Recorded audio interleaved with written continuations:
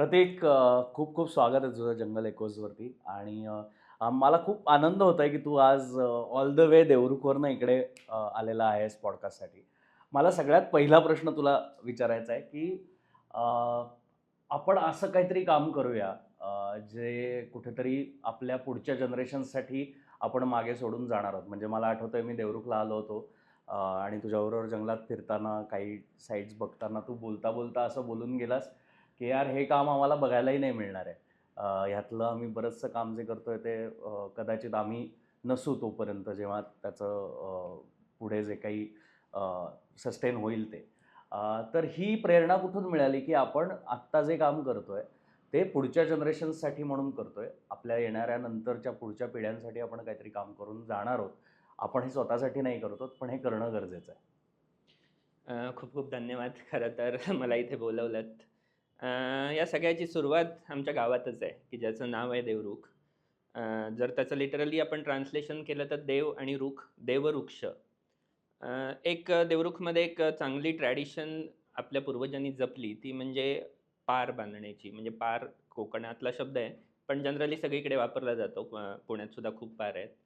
तर वड, पिंपळ, उंबर असे जे ज्यांना देववृक्ष मानले जात होते किंवा जे रिलिजियसली खूप इम्पॉर्टंट झाडं आहेत, तर ती राखण्याची परंपरा देवरुखमध्ये एक जवळ-जवळ 150 वर्ष जुनी आहे. आणि त्यामुळे कदाचित त्याला देववृक्ष आणि त्यावरून ते थोडासा अपभ्रंश होऊन देवरुख असं नाव पडलं. म्हणजे किती सुंदर आहे. म्हणजे आम्ही जेव्हा घरातून लहानपणी बाहेर पडायचो, समोर सह्याद्रीचे कडे दिसतायत. जरा बाहेर गावामध्ये गेलो की तिथे देवराई देवळांच्या कडेला आमच्याच पूर्वजांनी राखलेल्या देवराई आहेत. आणि लिटरली म्हणजे शाळेमधले मला सगळे प्रसंग अजून पण आठवतात. म्हणजे मी आणि माझा बालमित्र शार्दूल आम्ही 4थी-5वी पासून फिरतोय. पक्षी बघून खूप द्वाडपणा केला. शाळेमध्ये थोडा तरी असं होतं की हां, मी पक्षी बघतोय आणि ते त्यावेळेला एक शाळेमध्ये पण अट्रॅक्शन असायचं की मग हे काहीतरी वेगळं करतायत. हे सगळं करत-करत कॉलेजपर्यंत गेलो. कॉलेजमध्ये पण बऱ्यापैकी मग आम्हाला असंच ओळखलं जायचं की हां, ह्यांच्या रूममध्ये साप असतात. कारण बऱ्याच वेळेला रेस्क्यू वगैरे करून जे यायचे आणि आम्ही तसे दोघं जण मागे काही आगापिछा नसलेले दोघं जण रूमवर राहतायत. त्यामुळे मग त्या सापांना आमच्याच रूमवरती आसरा मिळायचा. आणि मग रेस्क्यूचे थोडेसे म्हणजे हे सगळं थोडक्यात अगदी अमॅच्युअर टाइपमध्ये चालू होतं. आम्हाला पण फार असं काही त्यातलं नॉलेज वगैरे नव्हतं. पण यातून एक असा इंटरेस्ट डेव्हलप होत जात होता. मग थोड्या दिवसांनी कॅमेरा आला. मग कॅमेराने फोटो काढणं वगैरे सगळं चालू झालं. आणि हे सगळं करत-करत एक अशा स्टेजला पोहोचलो, की जिथे सगळं दिसतंय. पण कुठेतरी अशी एक आतून जाणीव व्हायला लागली, की हां, अरे हे दिसतंय, पण हे राहील का? म्हणजे जसं आम्ही धनेशाच्या बाबतीत म्हणतो, की एका देवराईमध्ये आम्ही अनेक वर्ष ती जोडी बघतोय. म्हणजे एक आमच्या इथे छोटीशी देवराई आहे. तर तिथे 5वी-6वी पासून आम्ही त्या पक्ष्याची जोडी बघतोय. आणि वर्षानुवर्ष बघत असताना असं अचानक लक्षात आलं, की अरे हे दोघंच जण आहेत. मग ह्यांच्यात त्यांचं पिल्लू का दिसत नाही? म्हणजे अशा छोट्या-छोट्या क्युरिओसिटी निर्माण व्हायला लागल्या. एका सांबाच्या देवळाच्या जवळच्या एका देवराईमध्ये एक आऊल आहे, फिश आऊल. ते 5वीत असताना आम्ही पहिल्यांदा बघितलं आणि आत्तापर्यंत ते बघतोय. म्हणजे दरवर्षी जेव्हा आम्ही तिथे जातो, तेव्हा ते आम्हाला असं वाटतं, की अरे हा तर गार्डियन आहे, की हा किती वर्ष तिथे आहे आणि आम्हाला पण वर्षानुवर्ष त्याला बघायची संधी मिळते. पण हळू देवराया तुटत गेल्या. जसं मी म्हटलं, की लहानपणीचा जो सगळा निसर्ग होता, की जो आम्ही तेव्हा अनुभवलाय, तो आता कुठे थोडा-थोडा नष्ट होतोय किंवा देवरायांमध्ये आता तेव्हाची मंदिरं, आत्ताच्या मंदिरांमध्ये थोडेसे चेंजेस होत गेले. गवे जे आम्ही पहिल्यांदा सह्याद्रीच्या भागात बघायचो, आज समुद्र किनाऱ्यावरती गावखडीवरती गवे मिळतायत. तर हे जे सगळे चेंजेस होते त्यातून असं आम्हाला वाटायला लागलं, की हां, आता ही वेळ बघण्याची नाहीये किंवा नुसतं सोशल मीडिया असेल किंवा Instagram असेल, इथे मोठे-मोठे रील करून किंवा बोलून ठीक आहे, म्हणजे ते बोलायला पण पाहिजे. पण ह्याच्यावरती इंटरव्हेन्शन करायची ही वेळ आली आहे आणि त्या इंटरव्हेन्शनसाठी मग हळू आम्ही प्रयत्न सुरू केले आणि त्यातून मग आता जे काही थोडंसं आम्ही काम तिथे उभं करतोय, तर ते सगळं आता सुरू झालंय. मला प्रत्येक खूप इंटरेस्टिंग गोष्ट वाटते की तू किंवा तुझी संपूर्ण टीम तुझ्याबरोबर काम करणारे अनेक इतर इंडिव्हिज्युअल्स आहेत. शार्दूल आहे, विराज इथे आज आलेला आहे, अभिजित आहे किंवा तुला केतकी जॉईन झाली आहे. सो असे अनेक जण देवरुखमधले जे यंगस्टर्स आहेत जे तुला जॉईन झालं त्यातले कोणीच तुम्ही रडत बसला नाहीत किंवा अडकून राहिला नाहीत, कुठल्याही पद्धतीचं सपोर्ट मिळण्याची वाट बघत बसला नाहीत किंवा जसं आत्ता तू म्हणालास की फक्त त्याच्याबद्दलचे रील्स किंवा त्याच्याबद्दलचा फक्त कॉन्टेंट जनरेट करून सोडून दिला, असं काही करत बसला नाही. तर तुम्ही ॲक्च्युअल स्टेप्स घेतल्यात आणि तुम्ही ॲक्च्युअली जाऊन कन्झर्वेशनचं काम करायचा प्रयत्न घेतलात. स्वतःच्या खिशातले पैसे खर्ची घालून तुम्ही इक्विपमेंट्स खरेदी केलेत किंवा हे केलेत. हे सगळं करावं किंवा हे सगळं करायला पाहिजे आपण. ह्याची जाणीव कशी झाली किंवा अ, आ आधी ह्याबद्दल रिजेक्शन झाले म्हणून हे करावं असं वाटलं? काय नक्की प्रोसेस होती? खूप सुंदर हा सगळा विषय मांडायला मला पण आवडतोय कारण आम्ही ज्यावेळी ही सगळी आंदोलनं सुरू झाली कोकणामध्ये, त्याचा एक महत्त्वाचा एक पार्ट म्हणून मी सोशल मीडिया त्याचा थोडासा हँडल करत होतो आणि आपला एक सेव्ह कोकण मूव्हमेंट म्हणून एक ग्रुप आहे. तर त्या माध्यमातून फेसबुकवरती आणि त्याच्यामध्ये ह्या सगळ्या गोष्टी मांडायच्या किंवा एक प्लॅटफॉर्म असावा, की जी सगळी गावागावात आपल्यासारखी लोकं काम करतायत, तर त्यांनी एकत्र येऊन त्यावरती आपले प्रश्न मांडावे आणि तिथे एक्सपर्ट्स पण आहेत अगदी म्हणजे बायोडायव्हर्सिटी बोर्डचे मेंबर आहेत किंवा त्या भागामध्ये काम करणारे सगळे एक्सपर्ट्स आहेत. बायोडायव्हर्सिटीमध्ये आहेत किंवा ज्याला आपण सडे म्हणतो रॉकी आउटक्रॉप तर त्यावरती काम करणारी लोकं आहेत. काही पर्यावरणातल्या ज्या पुढच्या प्रोसेसेस आहेत, EIA असतील किंवा जे डॉक्युमेंटेशन असेल, तर त्यात काम करणारी लोकं आहेत.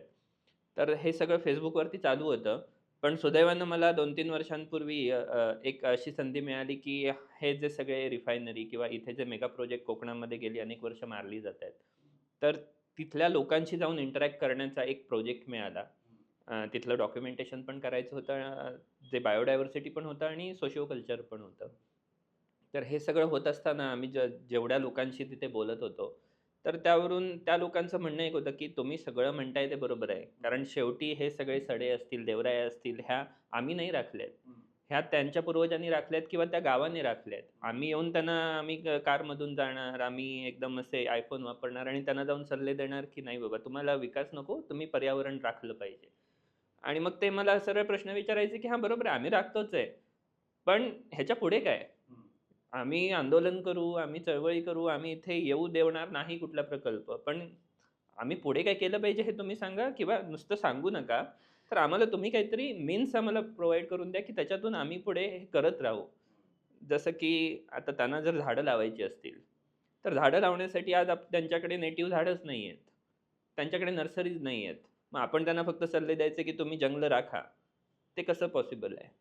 तर म्हणून मग आम्ही त्या सगळ्यांशी बोललो किंवा रोजगाराचे खूप प्रश्न आहेत, की जसं गेल्या अनेक वर्षामध्ये कोकणामध्ये जो वन्यजीव आणि प्राणी संघर्ष जो मोठ्या प्रमाणात होतोय.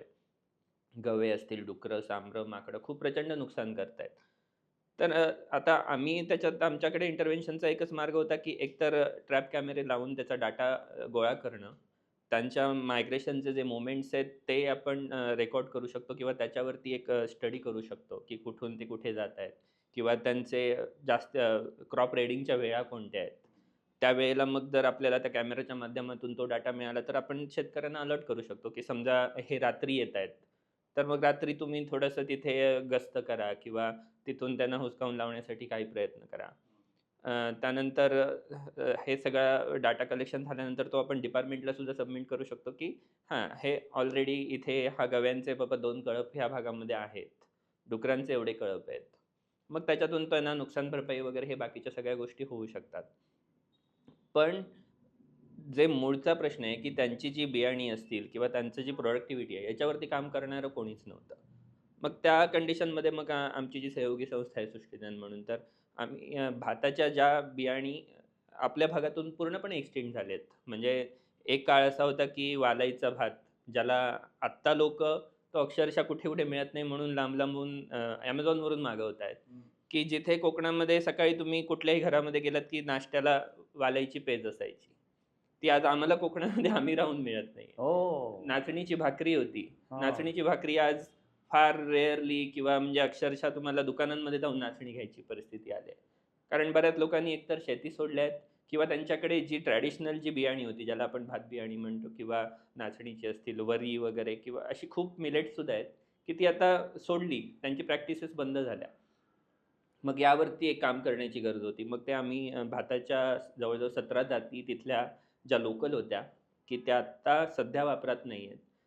पण त्या पुन्हा आम्ही मग तिथे रिइंट्रोड्यूस केल्या आणि मग त्याच्यातून लोकांना थोडंसं उत्पन्न मिळवण्याचा प्रयत्न आता चालू आहे. हं. लाल भाताच्या जाती आहेत, काळ्या भाताच्या जाती आहेत, की ज्या आता ट्रॅडिशनली वापरल्या जात नाहीत. तर यामागची ही सगळ्याची प्रेरणा हीच होती, की कुठेतरी आपण आता इंटरव्हेन्शन करायची गरज आहे आणि फक्त लोकांना काय करू नका हे न सांगण्यापेक्षा, हे तुम्ही करून बघा. उद्या त्याच्यावरती रिझल्ट येईल, नाही येईल आम्हाला नाही माहिती. पण आपण हे एकत्रित काम करूया, ही त्याच्यामागे मुख्य प्रेरणा होती हं. आणि त्यातूनच आता थोडंसं काम सुरू झालंय. प्रतीक, मला वाटतंय या सगळ्या कामामध्ये तुझं सगळ्यात जास्त दखल घेतलं गेलेलं काम, ज्याच्यामुळे तुला एक वेगळी ओळख मिळाली आणि लोक तुला तुझं काम जास्त सिरियसली घ्यायला लागले, ते मला वाटतं पँगोलिन प्रोजेक्ट. हो. सो खवल्या मांजरांबद्दलचं प्रोजेक्ट तर काय होतं ते एक थोडक्यात सांग, आणि मग आपण त्याच्याबद्दल जे आपण जंगलात फिरताना गप्पा मारल्या होत्या, त्याच्याबद्दल आपण मग पुढे बोलूया. खरं तर खवले मांजराचा जो संरक्षणाचा किंवा संवर्धनाचा जो काम जे सगळं चालू केलं होतं, तर सह्याद्री निसर्ग मित्र जी संस्था आहे, म्हणजे ती आपल्याला कासवांच्या कामासंदर्भात तर फारच माहिती आहे. कारण भाऊ काटदरे हे नाव फक्त आता महाराष्ट्रात नव्हे, तर अख्ख्या जगात बऱ्यापैकी सगळ्यांना माहिती आहे. आणि त्यांनी 2014 साली एक असाच इन्सिडन्स होता, की जो आत्ता मी शेअर करू शकतो. कारण थोड्या ह्याच्या आधी आम्ही तो कुठे शेअर करत नव्हतो. कारण त्यामध्ये शेवटी हे ट्रॅफिकिंग आणि ह्या सगळ्या गोष्टी असतात. त्यामुळे थोड्याशा त्या कायद्याच्या आत ठेवाव्या लागतात. अ, पहिली कन्साइनमेंट जी पकडली गेली एक गाव आहे चिपळूणच्या कडेला. तर तिथे आठवडी बाजार सगळीकडे कोकणात भरतात आणि तिथे काही लोकं जी इथली नव्हती, स्थानिक नव्हती, बाहेरच्या राज्यातून किंवा बाहेरच्या जिल्ह्यातून यायची आणि कांदे बटाटे विक्री करायची किंवा गावामध्ये जाऊन भंगार विक्री करायची. अशा ज्यांच्या गावागावामध्ये बऱ्यापैकी फिरणं होतं आणि त्यातून मग काही कनेक्ट पण निर्माण होतात. तिथल्या काही लोकल कम्युनिटीज आहेत, थोडेसे आदिवासी आहेत, तर यांच्याबरोबर कनेक्ट निर्माण होतात. आता जनरली कोकणामध्ये सगळ्या गावागावात फिरणारा माणूस हे 2 असतात. एक तर जो तिथे वर्षभर राहतोय आणि गुराखी, की ज्यांनी गुरं एकदा सोडली, की त्यानंतर मग बऱ्यापैकी त्यांना वेळ रिकामा असतो. मग त्या वेळात ते इकडे-तिकडे फिरण्याची कामं किंवा जंगल त्यांना बऱ्यापैकी किंवा तिथल्या सगळ्या कंडिशन माहिती असतात. तर मग या लोकांशी काही कनेक्ट करून अ, हे सगळे जे एजंट होते, की जे कांदा बटाटा विक्री करणं दाखवायचे आणि त्यांनी काही गाड्यांमध्ये आपल्या मॉडिफिकेशन करून घेतली होती आणि जी पहिली कन्साइनमेंट खवल्यांची पकडली गेली, ती हं. जवळ-जवळ 40 ते 50 किलोची होती. काय? आणि एका खवल्या मांजराच्या अंगावरती साधारण 1 ते 1.5 किलो वजनाची खवली असतात. बाप रे! आणि एका तालुक्याचा जर आपण अंदाज लावला, तर साधारण 40 ते 50 खवले मांजर त्या कन्साइनमेंटसाठी मारली गेलावी असा अंदाज होता.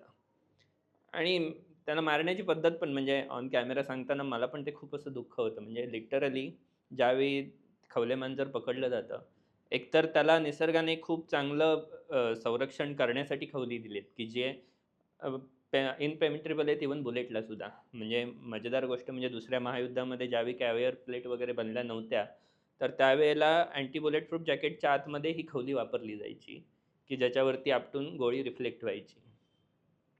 त्यामुळे अ, सुदैवाने त्याला नॅचरल प्रिडेटर कोणी नाही. म्हणजे बऱ्याच वेळेला आपण इंटरनेटवरती व्हिडिओ वगैरे सुद्धा बघतो. वाघ, सिंह सुद्धा ते अगदी ते पेनिट्रेट करायचा प्रयत्न करतात, पण ते तुटत नाही. आणि त्याला एखाद्याने कोणी हात लावला, की ते सुद्धा पूर्णपणे असं गोल होतं. तर त्याचे मऊ भाग आहेत, तोंड किंवा पोटाच्या भागचे खालचे, ते आतमध्ये घेतं आणि पूर्णपणे असा बॉलचा शेप घेतं. फक्त बाहेरून खवल्यांचा आकार राहतो, की जो इम्पेनिट्रेबल आहे. त्यामुळे नॅचरल प्रेडेटर कोणीच नाही. पण माणसाने त्याचा अगदी उपयोग करून घेतला म्हणजे त्याला हात लावला, की तो गोल होतो. तसाच्या तसा उचलायचा, बॅगमध्ये टाकायचा आणि घेऊन जायचा. सो त्यामुळे आत्ता त्याला जो अपेक्स प्रेडेटर आहे तो माणूसच आहे.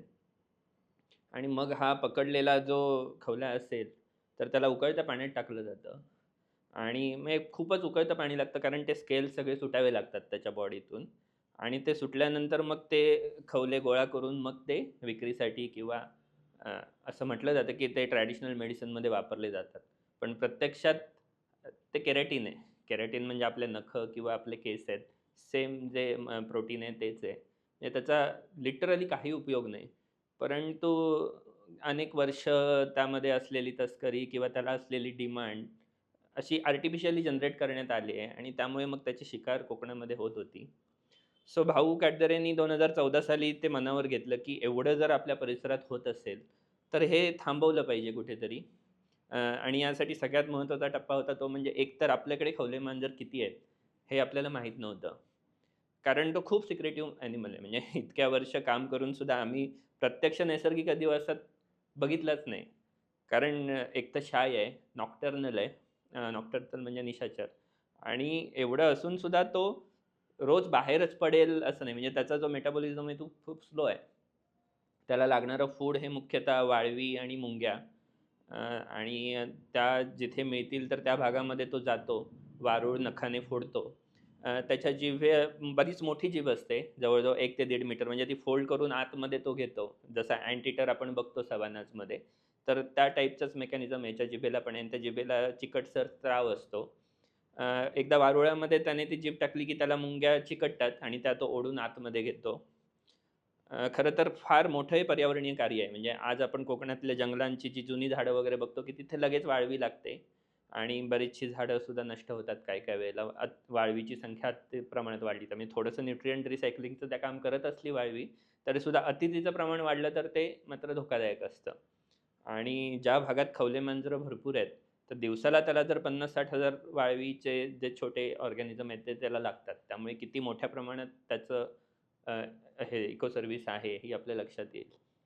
पण हे सगळं होत असताना इव्हन आम्ही त्याचे स्कॅट अॅनालिसिस केले, त्याच्यातून पण खूप चांगला डाटा मिळाला. आणि शाय आणि नॉक्टर्नल असल्यामुळे मग त्याचं दर्शनच होत नाही. काही-काही वेळेला तो ह्या सगळ्या भागामध्ये जिथे त्याचं बिळं आहेत, तर तिथे रात्री 12 वाजता कधी बाहेर पडतो. मग 1-2 तासासाठी बाहेर पडतो, पुन्हा तो आत जाऊन गायब होतो.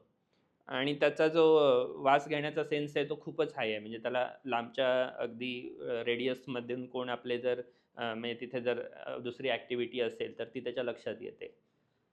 त्यामुळे प्रत्यक्ष दिसणं फारच अवघड आहे. आणि तरीसुद्धा मग काही लोकांचं जे इंडिजिनस नॉलेज असतं, की ज्यांना बिळं माहिती असतात. तर मग त्यांचं नॉलेज हे एजंट सगळे लोक वापरतात आणि मग ती बिळं असतात ती खोदतात आणि मग ती खोदून मग त्यांना त्यातून खवलेमांजर मिळतं. पण आता हे सगळं थांबवायचं असेल तर एकतर आधी पहिलं लोकांना सांगणं महत्त्वाचं आहे, की हा किती महत्त्वाचा प्राणी आहे. त्यात एक दुसरा आता सध्याच्या ट्रेंडमध्ये एक महत्त्वाचा विषय असा येतो, की काळ्या जादूसाठी मोठ्या प्रमाणात हे वापरलं जातं. म्हणजे काही YouTubeवरती काही यूट्यूबर्सनी व्हिडिओ केलेत. टेस्टर घ्यायचा आणि तो त्याच्या खवल्यामध्ये टाकायचा. तो टेस्टर पेटतो. आता थोडीशी static electricity may be generate होत असेल, कारण ते खवले एकमेकावरती घासतात. पण मग ह्या फिनॉमेनाचा गैरवापर करून मग ते काळ्या जादूसाठी किंवा हे जे सगळे पैशाचा पाऊस वगैरे यासाठी याचा वापर केला गेला. बिचारा खूप गरीब प्राणी आहे. म्हणजे लिटरली त्याला आपण हात लावला तर तो काही बाईट पण बॅक करत नाही. पण त्याचा असा ह्या सगळ्या गोष्टींसाठी वापर केला जातो. दुसरा एक त्याच्यात महत्त्वाचा विषय म्हणजे त्यात बरेचसा जो मीडिया आहे आपला, तर त्यांनी त्याला एक पैशाचा टॅग दिला, की ₹40,00,000 मध्ये खवले मांजर विकलं जातं, ₹60,00,000 मध्ये विकलं जातं. प्रत्यक्षात एवढे मोठे व्यवहार झालेले आमच्या तरी कुठे पाहण्यात नव्हते. पण एकदा त्याला टॅग मिळाला, की हां, एवढ्या मोठ्या प्राईजला जात असेल, तर मग काही लोकं ट्राय सुद्धा करतात, की हां, ठीक आहे, आता आपल्याला अपॉर्च्युनिस्टिकली रस्त्यात क्रॉस करताना मिळाला आहे आणि एवढी कॉस्ट आहे, तर मग आपण पकडूया. कारण शेवटी पैशाचा लोभ हा सगळ्यांनाच असतो, किती नाही म्हटलं तरी. म्हणजे अगदी कितीही तो व्हाईट कॉलर असेल, तरीसुद्धा एवढी मोठी अमाउंट कदाचित मिळत असेल, तर चला पकडूया. यातून सुद्धा बरेच इन्सिडेंट्स झाले. आता इंटरनॅशनल मार्केटमध्ये किंवा अनेक जे श्रीमंत लोकं आहेत, तर त्यांना हे खवल्या मांजराच्या पिल्लाचं सूप हे एक स्टेटस सिम्बॉल बनलं आहे, की हो? जो म्हणजे लिटरली इतकं दुःख होतं. म्हणजे हे आपल्या देशात चालू आहे? आपल्या देशात पण चालू आहे, बाहेरच्या देशांमध्ये पण चालू आहे. मग त्यासाठी ह्याची पिल्लं मिळवणं आणि ती एक्सपोर्ट करणं. कारण आम्हाला जे बरेचसे या तस्करीमध्ये मिळाले, ते लाईव्ह ॲनिमल होते. ती खवली नव्हती. म्हणजे नंतरच्या केस ज्या झाल्या, तर त्यामध्ये लाईव्ह ॲनिमल होते. आणि ह्यांचा अर्थात शेवटी सगळ्यांची तस्करी कशासाठी होत होती, काय होती हे शोधणं फार अवघड आहे. कारण आपला वन विभाग आणि पोलीस जरी खूप काम करत असले, तरी यांच्या वरपर्यंतच्या लिंक आहेत त्या अजून तर थोड्याशा ट्रेस झालेल्या नाहीयेत. म्हणजे जिल्ह्यांतर्गत झाल्या आहेत. पण इंटरनॅशनल मार्केटशी फार यांचे कनेक्ट नव्हते एवढं मात्र लक्षात आलं. तर त्यामुळे मग आम्ही सुरुवातीला हा सगळा डाटा गोळा करण्याचं काम सुरू केलं. आपले सह्याद्री निसर्ग मित्रचे भाऊ काटदरे असतील, नितीन नार्वेकर म्हणून एक तिथलेच एक्सपर्ट्स आहेत, सागर रेड्डीज, शार्दूल केळकर ह्या सगळ्यांनी मग आम्ही टीम बनवून भाऊंच्या मार्गदर्शनाखाली काम चालू केलं. प्रत्येक गावामध्ये जायचं. गावामध्ये साधारण जे ओळखीची लोकं असतील किंवा तिथली ग्रामपंचायत असेल किंवा ज्या लोकांना बऱ्यापैकी त्या परिसराची माहिती आहे त्यांच्याशी मग बोलून, की त्यांना काही बिळं माहिती आहेत का? मग त्या ठिकाणी कॅमेरे लावायचे. सुदैवाने ह्यासाठी आम्हाला संपूर्ण कोकणाचं जंगल, अक्षरशः संपूर्ण म्हणतोय कारण 80% भाग आम्ही जवळ-जवळ कव्हर केला. आणि त्यातून बऱ्याच ज्या आत्ता गोष्टी आम्हाला ज्या रिव्हील होत आहेत, की जंगलांची स्टेटस काय आहे, तिथली झाडांची काय होते किंवा तिथे किती प्राणी असतील. आता त्या ट्रॅप कॅमेरामध्ये खवल्या मांजर तर मिळायचाच, पण बाकीचे पण सगळे प्राणी मिळत जायचे आणि खूप चांगला डाटा पण मिळत होता. आणि मग एक तो आम्ही सगळा रिसर्च केला. किती खवले मांजरची ॲक्टिव्ह ज्याला बरोज म्हणतो ते आहेत. फीडिंग बरोज किती आहेत, रेस्टिंग बरोज किती आहेत. कारण खवले मांजराचं अजून इंटरनॅशनली जे व्हिडिओ रेकॉर्ड्स आहेत किंवा त्याची ब्रीडिंग बायोलॉजी आहे किंवा त्याचं कसं लाईफ सायकल चालतं याच्याविषयी प्रचंड कमी माहिती अवेलेबल आहे. सो अजूनही. सो आत्ता आपण सह्याद्री निसर्ग मित्रच्या माध्यमातून पहिल्यांदा 250 तासाहून जास्त लांबीचे व्हिडिओ पहिल्यांदा रेकॉर्ड आपल्याकडे जनरेट झालं, या स्पेसिसच्या बाबतीत, की जे त्याच्या बिहेवियरल सायन्सवरती काहीतरी फोकस टाकू शकेल. त्यानंतर त्याची स्कॅट एनालिसिस करून त्याचा आपण ॲक्चुअली जे म्हटलं जातं, की वाळवी आणि मुंग्या आहेत. पण किती प्रकारचे इन्सेक्ट किंवा किती प्रकारचे वाळवी कारण त्याच्यात सुद्धा खूप स्पेसीज आहेत. तर त्या ते खातंय, तर त्याविषयी आपण स्टडी केला. त्याचे जे बरोज आहेत, तर तिथलं मायक्रो हॅबिटॅट्स कोणते आहेत? तिथे कोणत्या झाडांखाली किंवा त्याचा सॉइल टाइप काय आहे? तर याच्याविषयी अभ्यास केला आणि हा आत्ता आपण पब्लिश केलाय. त्यानंतर त्याच्या कॉन्झर्वेशन प्लॅनवरती काम सुरू केलं आणि कॉन्झर्वेशन प्लॅन तयार करून तो आपण आता डिपार्टमेंटकडे आणि महाराष्ट्र शासनाकडे दिला, की यावरती आता तुम्ही ॲक्शन घ्यावी आणि ह्या-ह्या गोष्टी करणं आवश्यक आहे. तर त्या पद्धतीने मग आता ते काम सुरू आहे. त्याचबरोबर दुसरा एक महत्त्वाचा पार्ट होता, की अवेअरनेसचा. जवळ-जवळ 250 ते 300 शाळा आणि कॉलेजेसमध्ये आम्ही जाऊन तिथे मुलांना समजावून दिलं, की हे म्हटलं जातं औषध आहे, की हे म्हटलं जातं डेलिकसी आहे. तर हे सगळं खोटं आहे आणि लहान मुलं ही कायमच ॲब्सॉर्बिंग असतात आणि लिटरली त्यांच्याकडून खूप चांगले रिस्पॉन्स मिळाले. म्हणजे बऱ्याच वेळेला मग ह्या मुलांचे पॅरेंट्स वगैरे कोण शिकारीमध्ये वगैरे इन्व्हॉल्व असतात काही-काही वेळेला, बऱ्याच वेळेला. तर पण हे एकदा कळल्यानंतर ते पण मग रिग्रेट होऊन यायचे, भेटायला यायचे शाळांमध्ये. ते सांगायचे, की "हां, आम्ही पूर्वी हे सगळं करायचो, पण आता आम्ही हे सगळं सोडून दिलंय आणि आम्ही तुम्हाला ते ह्याच्यात मदत करू." आणि या माध्यमातून एक चांगलं नेटवर्क पण उभं राहिलं होतं, की जे गावामधले मग बरेच जुने शिकारी वगैरे येऊन सांगायचे, की "हां, मी चला तुम्हाला दाखवतो." आणि त्यांनी शिकार सोडून पण दिल्याच्या खूप घटना आहेत. मग थोडंसं त्यांना शिकारीपासून परावृत्त करण्यासाठी मग त्यांना दुसरे रोजगार मिळवून देण्यासाठी पण आम्ही थोडेसे प्रयत्न करायचो या माध्यमातून. आणि त्याचा खूप चांगला इम्पॅक्ट पण झाला. कारण गेल्या आता अनेक वर्षांमध्ये पहिल्या जेवढ्या केसेस होत्या कोकणामध्ये खवले मांजर तस्करीच्या, तर त्या आता लिटरली वर्षातून 1-2 वरती आल्यात. अजून थोड्याशा चालू आहेत, पण खूप कमी झालेल्या आता निदर्शनास येत आहेत. म्हणजे हे सगळं टीमचं म्हणजे जी सेव्ह पँगोलिन टीम होती, तर त्याचंच हे क्रेडिट मी एक अर्थ सगळ्यांना द्यायला मला खूप आवडेल आणि सगळे दिग्गज आहेत. त्यामुळे त्यांचं ते काम आहेच. सो आत्ता तू बोलता-बोलता ह्या सगळ्या ॲक्टिव्हिटीजबद्दल मला आठवतंय तू सांगत असताना एक कोणतातरी बरं होता ज्यामध्ये फक्त खवल्या मांजर नाही तर इतरही काही नॉक्टर्नल ॲनिमल जाताना तुम्हाला ट्रॅपमध्ये दिसले होते. त्या बिहेवियरबद्दल, त्या ऑब्झर्वेशनबद्दल जरा सांग ना? देवरुखच्या जवळ एक देवराई आहे. अ, फार मोठी देवराई नाही आहे, ती छोटी आहे. पण तिथे एक बीळ आहे. म्हणजे तो आम्ही पहिल्यांदा तिथे गेलो ते खवले मांजरासाठीच गेलो. कारण आम्ही जी पॉसिबल अशी वाटतायत, की जी आकाराने गोल असतील किंवा त्यांचे कॅरेक्टरिस्टिक जुळणारे असतील, तर अशा ज्या बीळ आहेत, तर तिथे आम्ही कॅमेरे लावायचो. आणि ह्या सगळ्या स्टडीतून एक तो महत्त्वाचा मुद्दा लक्षात आला, की एक छोटंसं बीळ एका देवराईमध्ये असलेलं किती प्रकारच्या प्राण्यांना सहारा देत असतं. अ, म्हणजे मजेदार गोष्ट ही आहे, की तिथे पहिल्यांदा खवले मांजर आत गेलं. ते 1-2 तासाने बाहेर आलं. त्यानंतर घोरपड आत गेली. हां. घोरपड बऱ्यापैकी 1-2-3 तास थांबली. ती पुन्हा बाहेर आली. त्यानंतर ज्याला आपण रेड स्पर फाऊल म्हणतो, म्हणजे हां. त्यांना कस्तूर कोंबड्या वगैरे म्हणतात. तर त्या आतमध्ये गेल्या. तिथे ओलसरपणा असल्यामुळे बाहेरून एक वंचक ज्याला पॉन्डेरॉन म्हणतात, तो एक बाहेरून चालत गेला. अ, खार ज्याला स्क्विरल म्हणतो, ती सुद्धा आतमध्ये जायची. आणि हे सगळं झाल्यानंतर मग ही सगळी दिवसाची ॲक्टिव्हिटी झाली आणि रात्री जे सगळ्यात लाजाळू आपल्याकडे असणारं हरिण आहे, ज्याला आपण पिसोरी म्हणतो किंवा माऊस डिअर म्हणतो.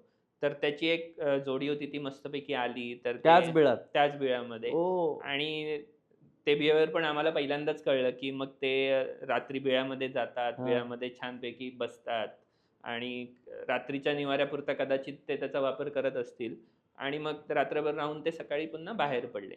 एका छोट्याशा बिळामध्ये जवळ-जवळ 6-7 प्रकारचे ॲनिमल राहत होते आणि आम्ही आता जी बघतोय सगळीकडे गोष्ट, की जीर्णोद्धार असेल किंवा ह्या सगळ्या गोष्टींमुळे देवरायांवरती जी प्रेशर्स येत आहेत, अँथ्रोपोजेनिक प्रेशर्स, तर यामुळे जर ते बीळ नष्ट झालं, तर आपण म्हणू की काय एक ॲनिमल त्याच्यावरती अफेक्ट करेल. पण अशा गोष्टींमधून आपल्या लक्षात येतं, की किती ॲनिमल एका छोट्या-छोट्या गोष्टीवरती अवलंबून ऑफकोर्स म्हणजे असतात. ते एकच वेळ जर एवढ्या 7, 8, 10 प्रकारच्या वेगवेगळ्या प्राण्यांच्या स्पेशीजसाठी घर असेल, तर आतमध्ये केवढी वेगळी एक इकोसिस्टम असेल ना त्या बिळाच्या. हो, नक्कीच आणि संपूर्ण देवरायाच म्हणजे देवराईतलं बीळ हे आपण आता एक्झाम्पल म्हणून वापरतोय. पण ह्या देवराया आत्ता ज्या कोकणामध्ये अस्तित्वात आहेत, म्हणजे सुदैवाने आपल्या जे पूर्वज होते त्यांनी आता खरं म्हणायला गेलं तर त्या काळी आत्तासारखी जंगलाची परिस्थिती वाईट नव्हती. त्यावेळी जंगलं चांगली होती. तर साधारण आपण हा 150 ते 200 वर्षापूर्वीचा काळ इमॅजिन करतोय, हं, हं. की ज्या काळात चांगली जंगलं होती. चांगली ही अशासाठी म्हणतोय, की आत्ता आपण रत्नागिरी जिल्ह्यात किंवा सिंधुदुर्ग जिल्ह्यात फिरायला गेलो, तर हं. सगळीकडे ग्रीनरी दिसते. एकदम दाट जंगल दिसतं. पण हे जंगल तेव्हाचं जंगल किंवा ते खरं जंगल आहे का? तर खऱ्या जंगलाचे कॅटेगरीज काय आहे, की ते प्रायमरी आहे का? सेकंडरी आहे का? किंवा तिथे कोणत्या स्पेसीज आत्ता आहेत? आणि त्या स्पेसीज आत्ता आहेत, तर त्या कोकणातली जी बायोडायव्हर्सिटी आहे त्याला सपोर्ट करणाऱ्या आहेत का? हा एक मोठा प्रश्न आहे. हं. आणि यावरती ॲक्चुअल स्टडीसुद्धा झाला आहे. जवळ 60-70 वर्षांपूर्वी कोकणामध्ये एव्हरग्रीन फॉरेस्ट होती. हे आम्ही कधीही बघितलीच नाहीत, कारण आमचा लाईफ टाईम हा फक्त 30 वर्षांचा आहे. पण ज्यावेळी आम्ही गावांमध्ये जातो, लोकांशी बोलतो आणि तेव्हा लोकं सांगतात, की "हां, अरे आमच्या इथे झाडं अशी आहेत, की त्याचे बुंदे हे असे आहेत, की ज्याला 10-10 माणसं हात पकडून जर उभी राहिली, तर त्याचा घेरा त्यांच्या तरीसुद्धा तो सामावत नाही." काही देवरायांमधली झाडं मुद्दामून आम्ही काही लोकांना जे शहरी लोकं असतात त्यांना मुद्दामून बघायला घेऊन जातो, की ते म्हणतात, "हां, अरे झाड म्हणजे काय? बघा झाड." लिटरली ती अचंबित होतात कारण एवढी झाडं बघितलेली नसतात. आता चांदफळ नावाचं जे झाड आहे अँटिअरिस टॉक्सिकारिया म्हणून त्याचं लॅटिन नाव आहे. युपस ट्री असं म्हणतात त्याला जावनमध्ये. तर ट्रॅडिशनली ह्या झाडाचा जो चिक आहे तो विषारी असतो आणि सुरुवातीच्या काळात जेव्हा शिकार केली जायची तर डार्ट म्हणजे बाण वापरले जायचे आणि तो चिक त्याच्या टोकाला लावला जायचा आणि तो ॲनिमलवरती मारला जायचा आणि त्यात पॅरालायझिंगचे थोडेसे हे असल्यामुळे मग ते जे प्रे असेल ते पॅरालाईज व्हायचं आणि मग लोकं ते उचलून घेऊन यायचे. तर हे चांदफळ पडण्यामागे सुद्धा कारण तेच आहे, की ह्याचा जो कॅनोपी असते ती इतक्या उंच असते, की ती एकदम चंद्राला पोहोचली की काय वाटते. म्हणजे जे आमच्या इथली जी एक्झाम्पल आहेत ती 100 फूट 150 फूट अशी उंचीची झाडं आहेत आणि त्यांचे घेरे हे असे, की 13-14 माणसं ज्याला लागतील असे. तर ही झाडं आज देवरायांमध्येच फक्त आहेत. म्हणजे देवराई ही फक्त जसं आपण पुस्तकी अगदी बोलायचं म्हटलं तर जीन पूल म्हणून काम करते. तसंच ती आयलंड म्हणून पण काम करते त्या आजूबाजूच्या सगळ्या जैवविविधतेला, हं. की तिचा हा तर लास्ट रिसॉर्ट आहे हं. आणि इथे जर देवरायांमध्ये जर ते नाही त्यांना जागा मिळाली, तर मग त्यांना कुठेच जागा नाही. कारण बाकी सगळ्या बाजूने वस्ती असेल, शेती असेल. दुसरं कोकणाचं जे दुर्दैव मला असं वाटतं, की कोकणाचं ब्रँडिंग आज पण केलं जातं ते रत्नागिरी हापूस हं. किंवा काजू. आता मजेदार गोष्ट अशी आहे, की लोकांना काजू हवा आहे, लोकांना आंबा हवा आहे आणि जर पर्यावरणवाले जर त्याच्या विरोधात बोलायला लागले, तर पहिलं कोकणातून आम्हाला बाहेर काढतील. कारण तो उद्योग मिळवून देणारा व्यवसाय आहे. परंतु त्याचं जे मोनोकल्चरल वर्षानुवर्ष जे पॅटर्नचं फ्लोरिकल्चर चाललंय किंवा ज्याला आपण शेती म्हणू शकतो, हं. ऑर्चर्ड्स. तर त्यामुळे तिथली बायोडायव्हर्सिटी अफेक्ट झालीच आहे. दोडामार्गमध्ये ज्यावेळी आपण थोडा जातो किंवा तिलारीमध्ये जातो, तर तिथे रबर प्लांटेशन आहे, अननस आहे. आता ऑइल पामचं एक मोठ्या प्रमाणात येतंय, जे कॅश क्रॉप म्हणून कदाचित वापरलं जाऊ शकेल. तर ह्या सगळ्या कॅश्यू आणि ह्याच्यासाठी एक गव्हर्नमेंटने नॅशनल हॉर्टिकल्चर बोर्डने अनेक वर्ष सबसिडी देत होते. तर त्यासाठी सुद्धा ही फळबाग मोठ्या प्रमाणात लावली वाढली. गेली. हं.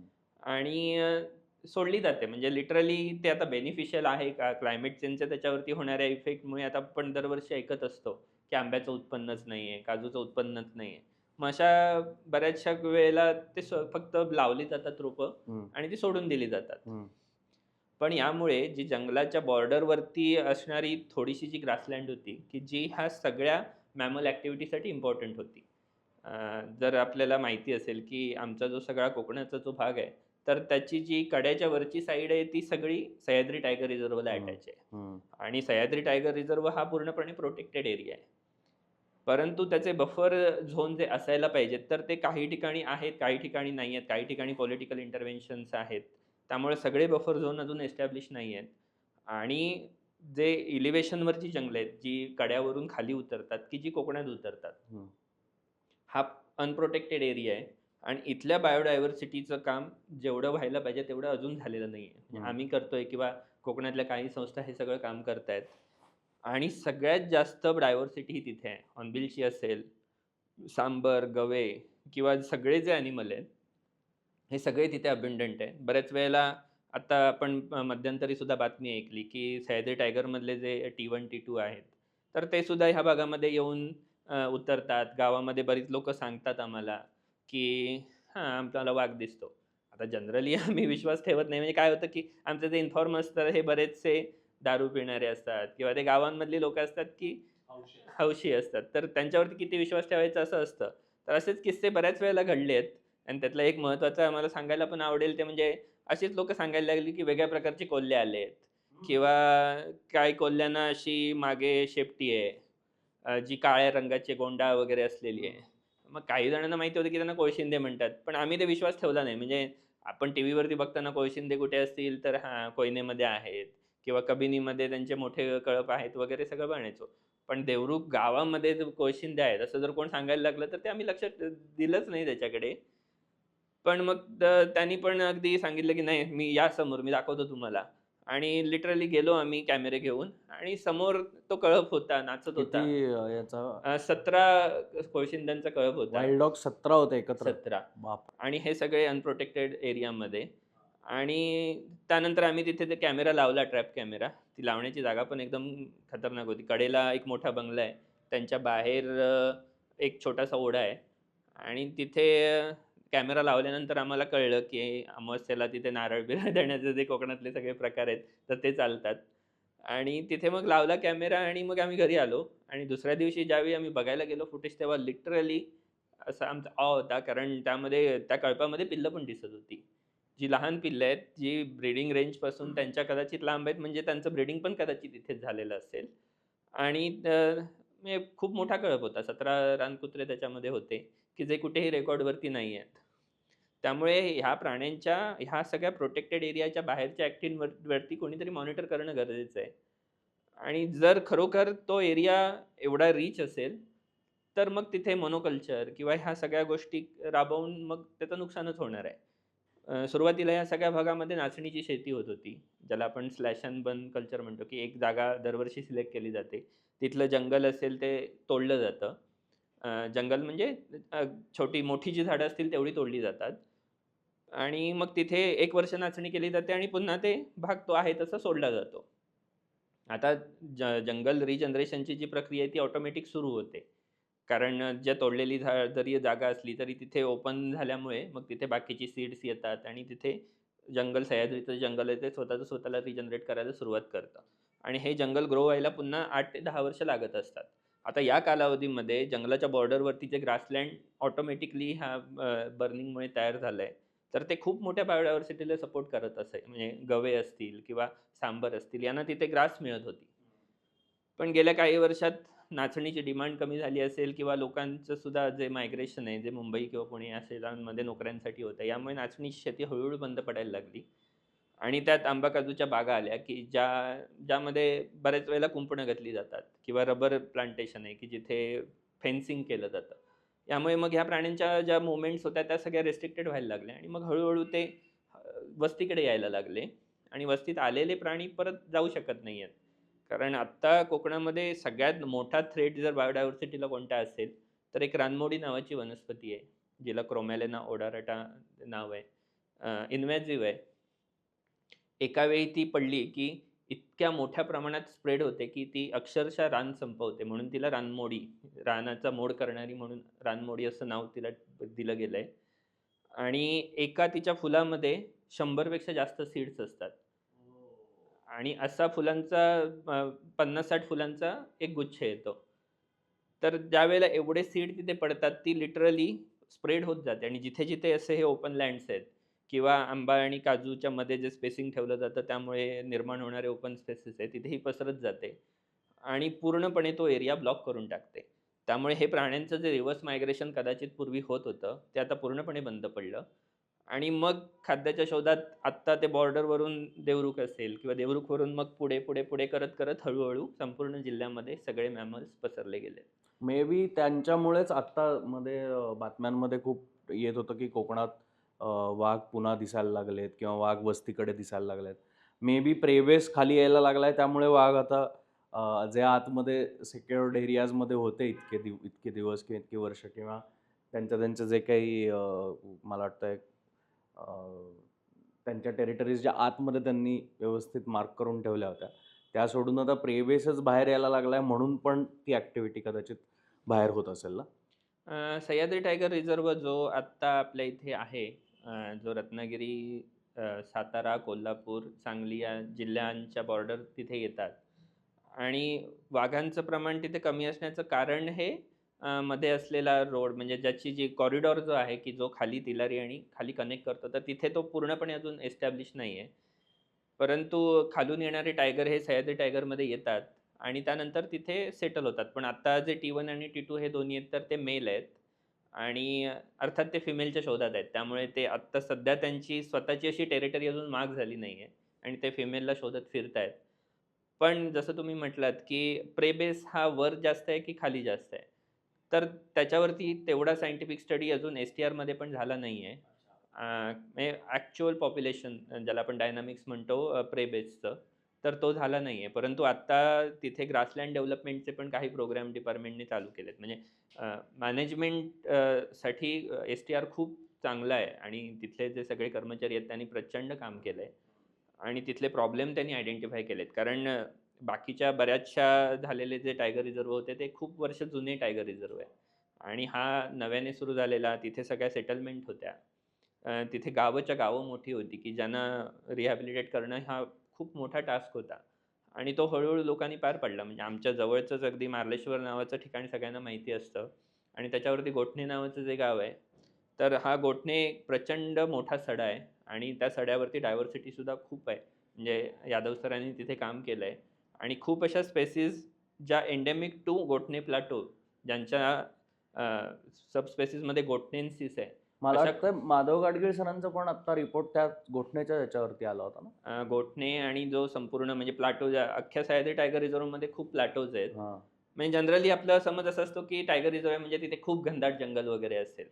पण प्रत्यक्षात मात्र सह्याद्री टायगर रिझर्वमध्ये सडे, म्हणजे ज्याला आपण रॉकी आउटक्रॉप्स म्हणतो ते, आणि खुरटी जंगल खूप मोठी आहेत, की जी अजून ग्रासलँडमध्ये थोडीशी डेव्हलप होऊ शकत नाहीत कारण तिथे कातळ आहे. त्यामुळे तिथे ग्रास हे 3 ते 4 महिनेच राहणार आहे. आणि मग उरलेले जे भाग आहेत तिथे मग आता चालली आहे डेव्हलपमेंट, ग्रासलँडची असेल किंवा तिथला प्रेबेस वाढवण्यासाठी. पण त्यामुळे वर्षानुवर्ष नॅचरली त्यांना मिळणारं जे फूड आहे ते खाली कोकणात आहे.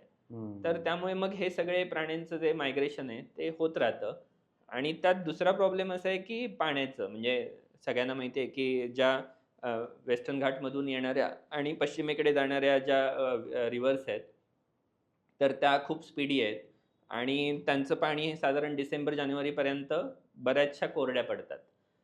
त्यामुळे त्यांना, प्राण्यांना जंगलात मिळणारं जे पाणी आहे, तर त्याचे सोर्सेस बऱ्याच वेळेला संपतात. हं. मग त्यावेळेला मग ते त्यांचं जे मायग्रेशन आहे ते जिकडे आता जिथे ह्युमन सेटलमेंट आहे तिथे जनरली मग धरणं बांधली जातात किंवा बंधारे घातले जातात आणि मग तिथे पाण्याचे सोर्सेस त्यांना अवेलेबल असतात. हं. मग त्यामुळे त्यांचं वस्तीकडे होणारं मायग्रेशन हे त्यामुळे रुटीनली आता होतंच. हं.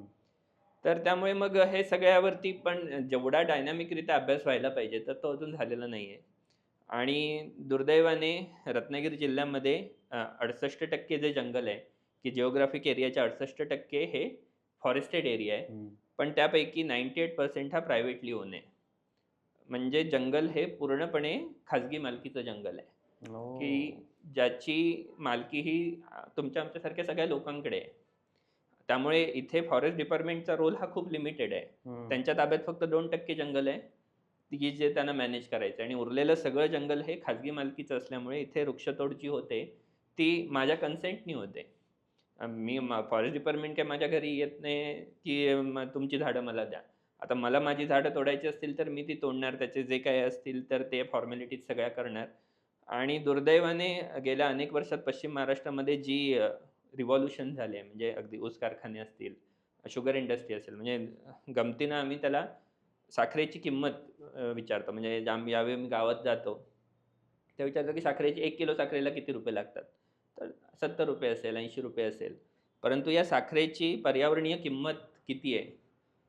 ती सांगितल्यानंतर सगळे स्तंभित होतात, कारण साखरेसाठी जाणारी ही सगळी वृक्षतोड. कारण एकतर कोकण हे जिओग्राफिकली खूप जवळ आहे. त्यामुळे अ, त्या कारखान्यांना बॉयलरला लागणारी जे काही लाकूड असेल, जळाऊ लाकूड असेल, ते कोकणातून जातं. टेक्सटाईल इंडस्ट्री खूप मोठी आहे. त्यानंतर बेकरी प्रॉडक्ट्स, पेपर मिलचे प्रॉडक्ट्स आणि जे सगळ्यांच्या आपल्या आवडतीचा, एक कोल्हापूरमध्ये गेलो की चुलीवरची मिसळ, तांबडा-पांढरा रस्सा. ह्या हॉटेलसाठी लागणारं सगळं लाकूड, लाकूड. हे सगळं कोकणातून जातं. खूप दुःख पण वाटतं कधी-कधी. म्हणजे संध्याकाळच्या वेळी तुम्ही आंबा घाट असेल किंवा फोंडा घाट ह्याच्या खाली गेलात, की जवळ-जवळ 70 ते 80 ट्रक हे दिवसाला लाकूड तोडून जात असतात. आमचे एक मित्र आहेत शहानवाज शाह, त्यांनी 2 महिन्यापूर्वी एक आर-टी-आय फाईल केला होता आणि चिपळूण डिव्हिजनचा फक्त तो डाटा होता, की ज्याच्यामध्ये 3 तालुक्यांमधून दिवसाला 11,000 झाडं तोडली जातात. जर संपूर्ण रत्नागिरी आणि सिंधुदुर्ग जिल्ह्याचा जर आपण अंदाज लावला, तर दिवसाला 50,000 झाडं सहजतेने तोडली जात आहेत. बापरे! आणि हा लीगलाइज आकडा आहे. ज्याला पास दिले जातात ट्रान्सपोर्टसाठी, ह्याचा हा डाटा आहे. जर इल्लीगल आणि बाकीच्या सगळ्या गोष्टी ह्याच्यात ॲड केल्या, तर किती मोठं चॅलेंज आपल्यासमोर आज उभं आहे ते आपल्या लक्षात येईल. म्हणजे रिस्टोरेशन आम्ही करायचा ज्यावेळी प्रयत्न करतो, त्यावेळेला आमच्या नर्सरीज किंवा बाकी सगळ्या लोकांच्या नर्सरीज जर एकत्रित केल्या, तरी 10 ते 15,000 झाडं ती कदाचित आपण वर्षाला निर्माण करू शकतो. तेवढी दिवसाला तोडली जात आहेत. त्याहून जास्त म्हणजे त्याहून 3 ते 4 पट जास्तच म्हणावी लागेल. केवढी मोठी चॅलेंज आपल्या समोर आहेत. आणि त्यात जसं मगाशी तू म्हटलास, की मी एक जसं म्हटलं होतं, की आम्ही आत्ता जे प्रयत्न सुरू करतोय, अ, धनेशाच्या बाबतीत असेल किंवा ह्या कॉन्फ्लिक्टच्या बाबतीत असेल, एकदा आत्ता लावलेलं झाड हे मोठं होऊन त्याला फुलं-फळं येण्यासाठी हा 50 ते 60 वर्षांचा कालावधी आहे. म्हणजे मला काही एक्झाम्पल द्यायला आवडतील, जसं की हं. अँटी आहे, चांदफळ. चांदफळ मोठं होऊन त्याला फ्रुटिंग यायला 50-50 वर्ष जातात. जी हिवाळ्यामध्ये आपल्या देवराई आहे, ज्याला मायरिस्टिका स्वाम म्हणतात, की जे महाराष्ट्रातलं एकमेव आहे. आता एक दुसरं पण मिळालंय. पण मोठं आणि प्रॉमिनंट असं हिवाळ्यामध्ये आहे. त्याच्यामध्ये ज्या मायरिस्टिकाच्या ज्या स्पेसीज आहेत, तर त्यांना मॅच्युरिटी अटेंड करण्यासाठी 150 वर्ष लागतात. ओह! सो आम्ही आत्ता जे करणारे एफर्ट आहेत, तर ते 100 ते 150 वर्षांनी कदाचित सक्सेसफुल होतील, की जे बघायला आपण नसू. तर त्यामुळे तो एक असतोच, की मग पुढच्या पिढीला आपण काय द्यायचंय, तर मग आपण प्रयत्न चालू करायचे आहेत. बरोबर. एका हॉर्नबिलला साधारण सर्व्हाईव्ह होण्यासाठी 13 स्क्वेअर किलोमीटरचं जंगल लागतं. जे ओके. एव्हरग्रीन स्पेसीज असतील आणि जिथे फ्रुटिंग आणि ते सपोर्ट करणारं एका असेल. हॉर्नबिलला म्हणजे एका हॉर्नबिलला का हॉर्नबिल एका कपलला? हॉर्नबिलच्या पेअरला. पेअरला. सो ते जंगल निर्माण करणं हे सुद्धा एक मोठं चॅलेंज आहे, की ज्याचे फॉर्मल ग्लोरीमध्ये ते जंगल असेल, जिथे एव्हरग्रीन स्पेसीज असतील. त्यासाठी आम्ही बऱ्याच वेळेला जो देवराईचा डाटा असेल तो वापरतो. कारण देवराई ही कोणी लावलेली नाहीये. देवराई ही निर्माण होत नाही. तिथे प्लांटेशन होत नाही. देवराई ही त्यावेळेला तिथे असलेली जी काही स्पेसीजची डायव्हर्सिटी होती ती फक्त राखली गेली आहे. मग 100 वर्ष असतील, 200 वर्ष असतील, काही 300 वर्ष असतील. त्यांचे हिस्टॉरिकल रेकॉर्ड आपण जाण्याची पण गरज नाही आहे. कारण समोर जी दिसणारी झाडं आहेत, तर त्यांच्यावरून आपल्या लक्षात येतं, की हे किती जुनं आहे. आणि हे कोकणाचं जे वैभव आहे, तर त्याच्यातून आमच्यासाठी फॉर्च्युनेटली तो डाटा अवेलेबल झाला आहे, की ह्या गावामध्ये कोणती झाडं होती. आणि मग आत्ता काय दिसतंय. आत्ता आम्ही जातो तेव्हा आम्हाला सगळीकडे ऐन, किंजळ, ज्याला आपण ड्राय डेसिडियस किंवा सेमी डेसिडियस म्हणतो, तर ती प्रामुख्याने दिसतात, की जी नंतर झालेत किंवा आता जे वातावरणातले बदल असतील, टेम्परेचरमधले होणारे बदल आहेत. तर त्यामध्ये ही जास्त झाडं आहेत, ती जास्त सर्व्हाईव्ह झाले. सर्व्हाईव्ह करणारी आणि अडॅप्टेबल आहेत. तर त्यामुळे त्यांची संख्या वाढते. परंतु ह्यांचा इम्पॅक्ट जास्त होतोय तो बायोडायव्हर्सिटीवरती. जसं की हॉर्नबिल्सना लागणारी ढोलीसाठी लागणारी गर्थ आहे, तर ती ही धाडं देऊच शकत नाहीत. त्यामुळे हा इम्पॅक्ट सुद्धा अॅनलाईज करणं फार गरजेचं आहे. हॉर्नबिल्सचा आता विषय निघालाच आहे आणि तू सध्या हॉर्नबिल्ससाठी खूप काम करतोयस. तर मला आधी ना हॉर्नबिल या पक्षाबद्दल जास्तीत जास्त तुझ्याकडनं जाणून घ्यायचं आहे, कारण माझा खूप आवडता पक्षी आहे. आणि मला वाटतंय आपण सगळेच जण फार नशीबवान आहोत, की महाराष्ट्रात आपल्या आजूबाजूला ग्रेट हॉर्नबिल्स इतके आहेत आणि आजही ते इतके सक्सेसफुली सर्व्हाईव्ह करतायत. अर्थात खूप चॅलेंजेस आहेत त्यांना, कारण तो पक्षी जरी मोठा असला, जरी केपेबल असला, तरी खूप घाबरट पक्षी आहे किंवा खूप सेन्सिटिव्ह पक्षी आहे. म्हणजे मी असे काही किस्से ऐकलेत, जे साऊथ इंडियातले किस्से ऐकलेत, की काही-काही साइट्सला गर्दी जास्त व्हायला लागली. त्याच्यानंतर अनेक वर्ष हॉर्नबिल्सनी ते घरटं सोडूनच दिलं. सो हा पक्षी नक्की काय आहे? याच्या बाबतीत इतकी मिस्ट्री काय आहे? ग्रेट हॉर्नबिल्स बाबतीत आपण आधी बोलू. मग हॉर्नबिल्सचे इतर जे प्रकार आहेत त्यांच्याबद्दल पण बोलूया. म्हणजे मला फार फार वर्षांपूर्वीचा जे चित्र आहे ते डोळ्यासमोर येतं आणि तो फोटो मी कायम बऱ्याच ठिकाणी वापरतो सुद्धा. हां. पहिली माझी आणि मी आणि शार्दूल अर्थात म्हणजे मी प्रत्येक वेळेला मी बोलतो तेव्हा बाकी शार्दूला अध्यारित शार्दूल आहेत. तुझ्याबरोबर आहे असं. असं धरूनच चालू आपण.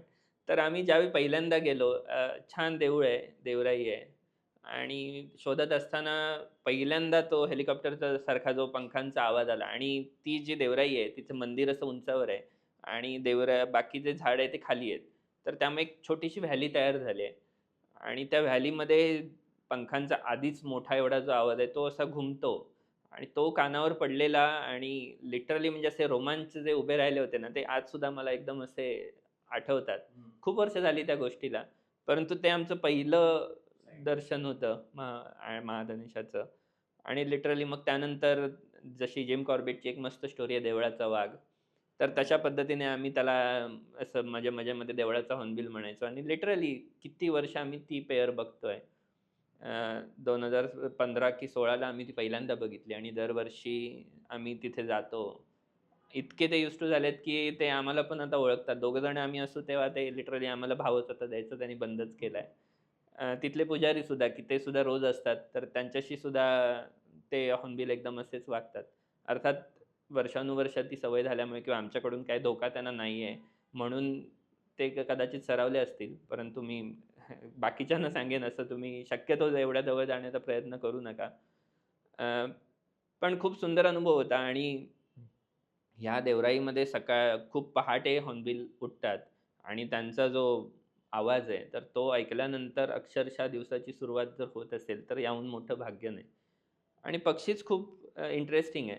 म्हणजे जसं आम्ही हे सगळं बिहेवियर रेकॉर्ड करायला सुरुवात केली, तेव्हा लक्षात आलं, की एकतर एकपत्नी म्हणजे माणसाच्या लव्ह स्टोरीसाठी लागणारे जे सगळे कंपोनंट आहेत किंवा आपण आयडियल ज्याला म्हणतो, तर ते सगळे हॉर्नबिल्समध्ये रिफ्लेक्ट होतात. एक पत्नी आहे, पत्नीची एवढी काळजी घेणार आहे. ज्यावेळी गरज पडते त्यावेळी त्यागाचं अक्षरशः म्हणजे मूर्ती बनावी इतकं त्याच्यात सॅक्रिफाईस असतात आणि कुटुंबाची काळजी अगदी शेवटच्या क्षणापर्यंत घेतात. समजा एखादी फिमेल गेली किंवा मेल गेला, तर त्या पार्टनरसाठी दुसरा हॉर्नबिल सुद्धा पुन्हा तो दुसरा पार्टनर निवडत नाही शक्यतो आणि कदाचित मग त्याची सुद्धा डेथ होते. जरी त्याचं ऑन कॅमेरा रेकॉर्ड नसेल, पण तरीसुद्धा जे पेअरिंग त्यांचं होतं ते पूर्णपणे आयुष्यभरासाठी असतं. म्हणजे एवढ्या क्वालिटीज आहेत, की ज्या आपल्या माणसांशी खूप जवळच्या आहेत. आणि काही एक्झाम्पल्स तू बघितले असतील डॉक्युमेंटेशनच्या वेळेला, सॅक्रिफाइसेसचे असतील किंवा काय मेहनत घेतो. कारण आय एम शुअर बऱ्याच प्रेक्षकांना माहितीच नाही आहे. फक्त एवढंच माहिती आहे की हॉर्नबिल मेड फॉर लाईफ. हॉर्नबिलचे एक कपल आयुष्यभर एकत्र असतं एवढंच माहिती आहे. पण ॲक्च्युली काय चालतं त्यांच्या नेस्टमध्ये किंवा ॲक्च्युली त्यांचा कोर्टशिप पिरियड कसा असतो, कशा पद्धतीने इंटरॅक्ट करतात एकमेकांशी, मेल हॉर्नबिल काय-काय करून फिमेल हॉर्नबिलला त्या फायनली डोलीत आणतो. ह्या सगळ्या गोष्टी जर सांगू शकलास तर? खूपच इंटरेस्टिंग आहे. म्हणजे सुरुवातच त्यांची इतकी इंटरेस्टिंग आहे, की हॉर्नबिल्सचे जे एका भागातले सगळे जे इंडिव्हिज्युअल्स आहेत, तर ते एखाद्या ठिकाणी येतात.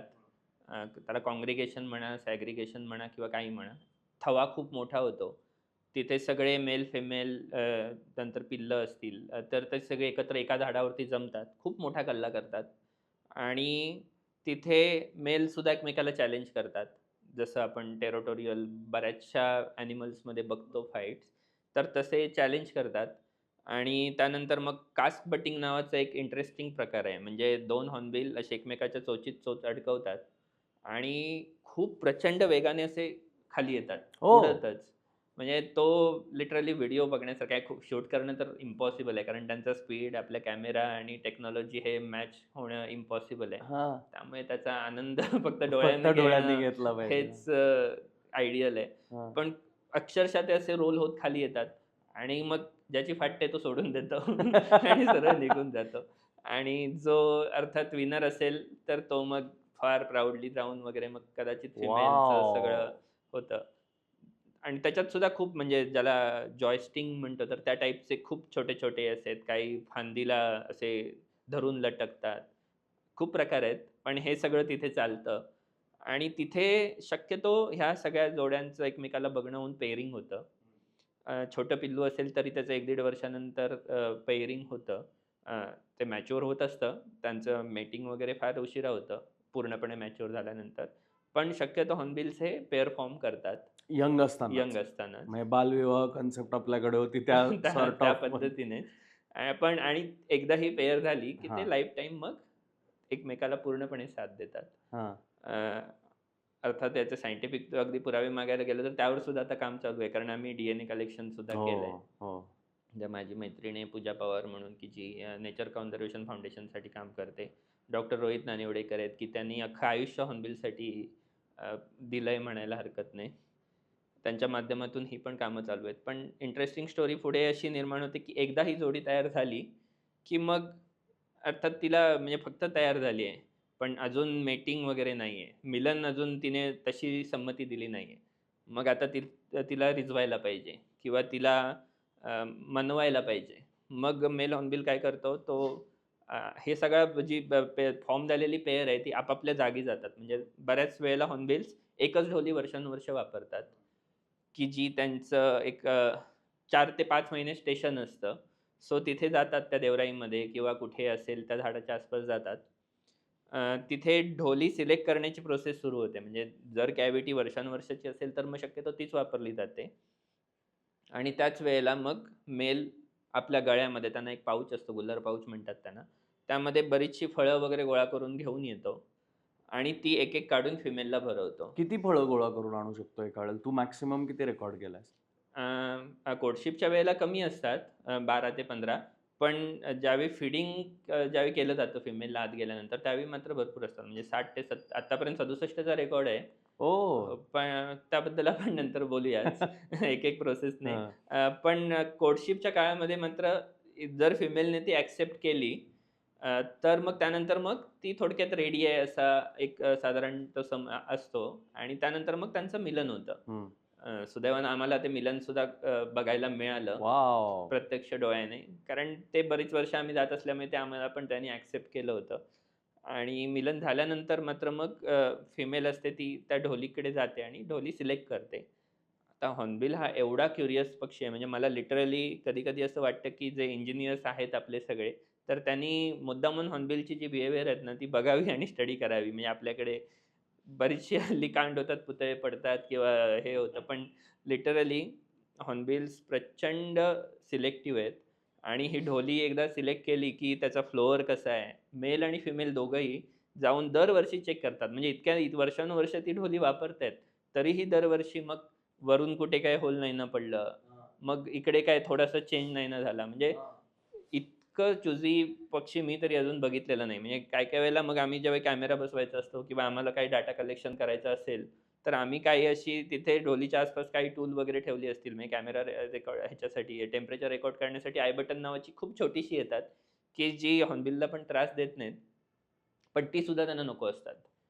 त्या ढोलीमध्ये मायन्यूटचा झालेला चेंज सुद्धा त्यांना नको असतो. इतके चुजी आहेत आणि तो फ्लोअर व्यवस्थित आहे का? मग ती कॅव्हिटीचं जे ओपनिंग आहे ते व्यवस्थित आहे का? तिथे काही चेंजेस झालेत का? हे सगळं त्यांचं इन्स्पेक्शन 10 ते 15 दिवस चालतं आणि हे झाल्यानंतर मग फिमेल एंट्री करते. तर हा एक त्यांना निसर्गाने दिलेला म्हणता येणार नाही. तो त्यांनी स्वतःच अडॉप्ट केलेला एक वे आहे. फिमेल आतमध्ये जाते.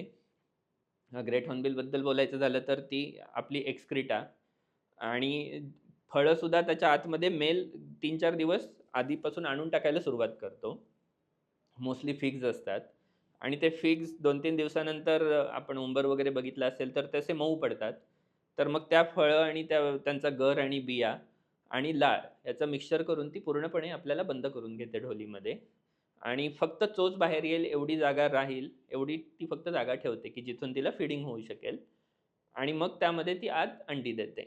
म्हणजे अर्थातच आता जे कॅव्हिटीचं जे होल आहे ते खूप कमी छोटं झाल्यामुळे त्यांना बाकीचे जे त्यांचे नॅचरल प्रेडेटर्स आहेत, तर त्यांच्यापासून त्यांना प्रोटेक्शन मिळतं आणि 3-4 महिने एका जागी तिला जर काढायचे असतील, तर अर्थात तेवढं प्रोटेक्शन असणं पण गरजेचं आहे. परंतु आता सगळ्यांना प्रश्न पडला असेल, की मी ह्या सगळ्या कालावधीमध्ये तिला फीडिंग कसं मिळणार? कारण तिनं जर स्वतःला पूर्णपणे पॅक करून घेतलंय आणि 30 ते 45 दिवसाचा एग हॅचिंगचा कालावधी आहे. तर या सगळ्या ह्याच्यामध्ये मग नराची मात्र प्रचंड धावपळ होते आणि मी जे त्याग मगाशी म्हटला, तर तो त्याग लिटरली त्याच्या रूपामध्ये दिसतो. म्हणजे तुम्ही ब्रीडिंग सीझनमध्ये जो हॉर्नबिल बघितला असाल नर, तर त्याला पूर्णपणे असं गोल्डन प्लमेज आलेलं असतं आणि खूप देखणा आणि ज्यावेळेला ब्रीडिंग सीझन संपतो, त्यावेळेला अक्षरशः म्हणजे ते जे दमलेल्या बाबाची कहाणी आहे, तर त्या गाण्याप्रमाणे एकदम संपूर्णपणे पिसं एकदम मानेच्या जो सगळा प्लमेज होता तो गेलेला आणि सारख्या खेपा घालून मुलांना वाढवून दमलेल्या बापासारखा अगदी दिसतो. पण खूप प्रचंड अर्थातच काम पण त्याला आहे.